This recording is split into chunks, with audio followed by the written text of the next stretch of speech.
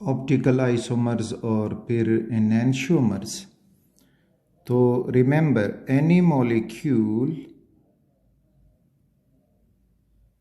with a chiral carbon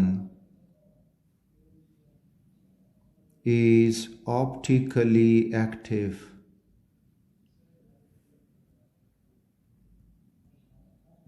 जिसमें एक chiral carbon होगा वो ऑप्टिकली एक्टिव होगा। ऑप्टिकली एक्टिव का मतलब कि रोटेट प्लेन पोलराइज्ड लाइट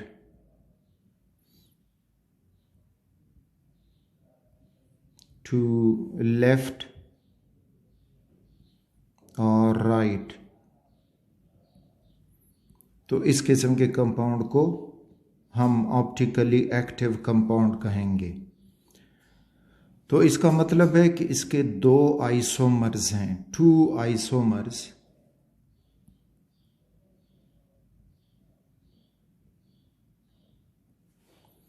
एक जो प्लेन पोलराइज लाइट को एंटी क्लॉकवाइज रोटेट करेगा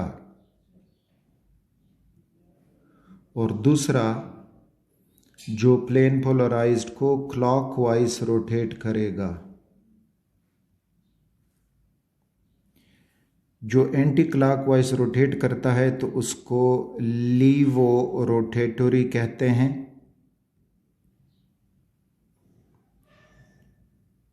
और जो क्लॉकवाइज रोटेट करेगा तो वो कहलाता है डेक्स्ट्रो रोटेटरी। लीवो रोटेटरी को नेगेटिव साइन से रिप्रेजेंट किया जाता है और डेक्स्ट्रो रोटेटरी को पॉजिटिव साइन से रिप्रेजेंट किया जाता है। लेकिन both have same molecular formula, दोनों का सेम मॉलिक्यूलर फार्मूला होगा जो हम पढ़ चुके हैं आइसोमेरिज्म में। साथ में दोनों के सेम केमिकल प्रॉपर्टीज भी होंगे और इसी तरह से सेम फिजिकल प्रॉपर्टीज भी होंगे।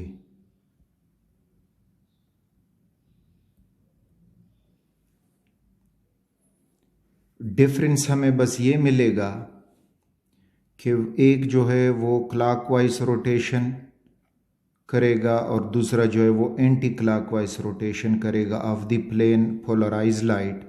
तो ये उनमें आपको एक डिफरेंस मिलेगा। अब जब हम स्ट्रक्चरली देखते हैं तो स्ट्रक्चर भी इनका सेम होता है, लेकिन कॉन्फ़िगरेशनल अरेंजमेंट, 3 डायमेंशनल अरेंजमेंट वो डिफरेंट होगी। ठीक, तो सेम स्ट्रक्चर होगा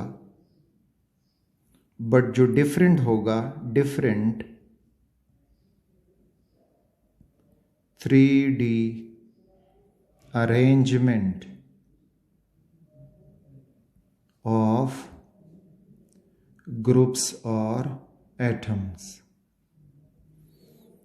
अच्छा, अब जब इनमें ग्रुप्स या एटम्स की हम डिफरेंट 3 डायमेंशनल अरेंजमेंट करेंगे तो लैक्टिक एसिड से इसको समझ लें। Lactic acid, IUPAC name two hydroxy propanoic acid.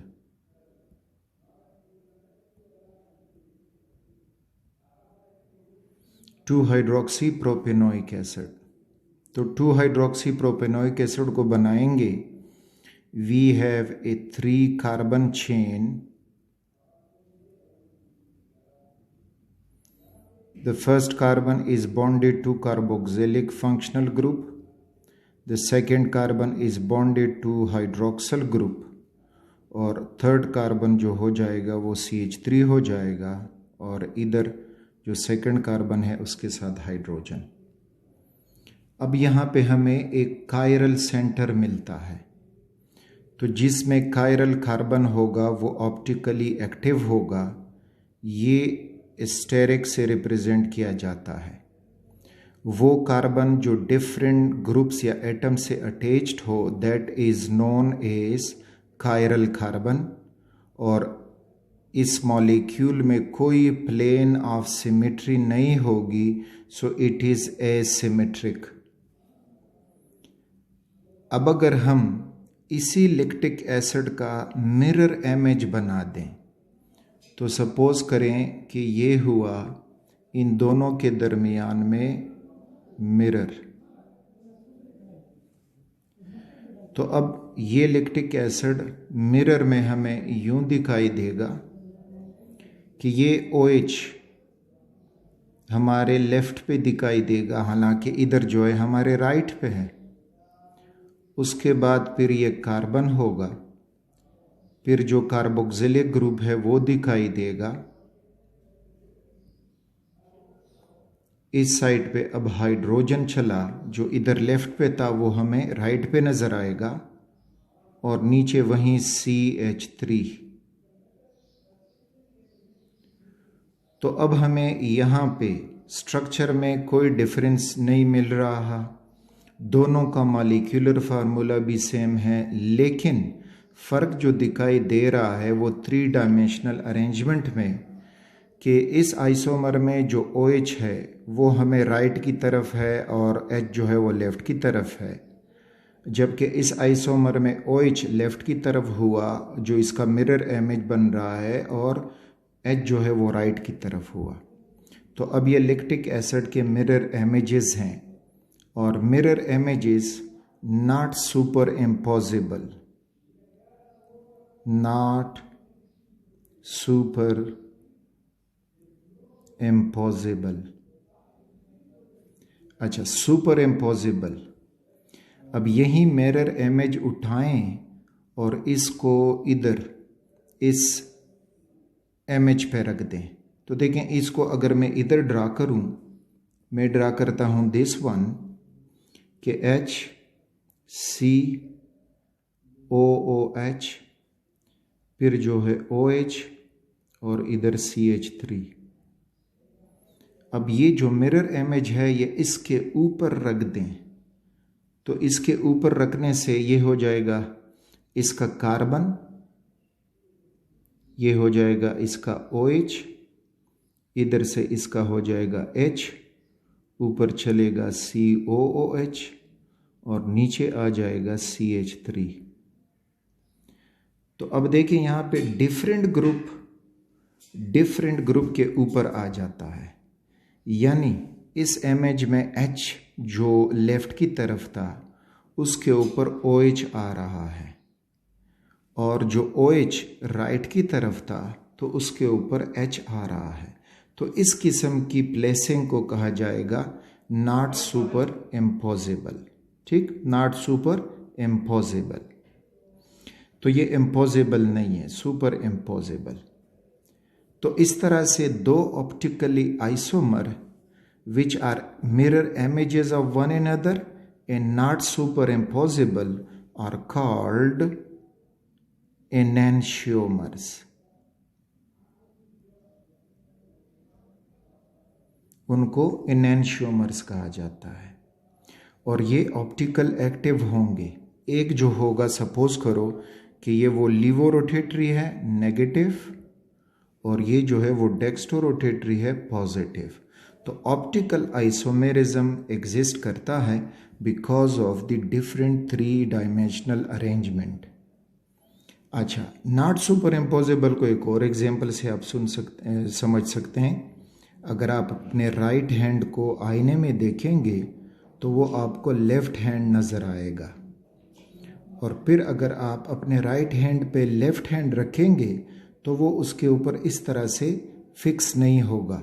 आपकी जो अंगूठी है वो दूसरे हाथ के छोटी उंगली की तरफ हो जाएगी, और जो नीचे वाला हाथ है उसकी जो अंगूठी होगी वो उस दूसरे के छोटी फिंगर के ऊपर आ जाएगी। तो इस वजह से इसको हम कहेंगे नॉट सुपर इम्पॉसिबल। लेकिन एक राइट हैंड दूसरे राइट हैंड के ऊपर सुपर इम्पॉसिबल होता है।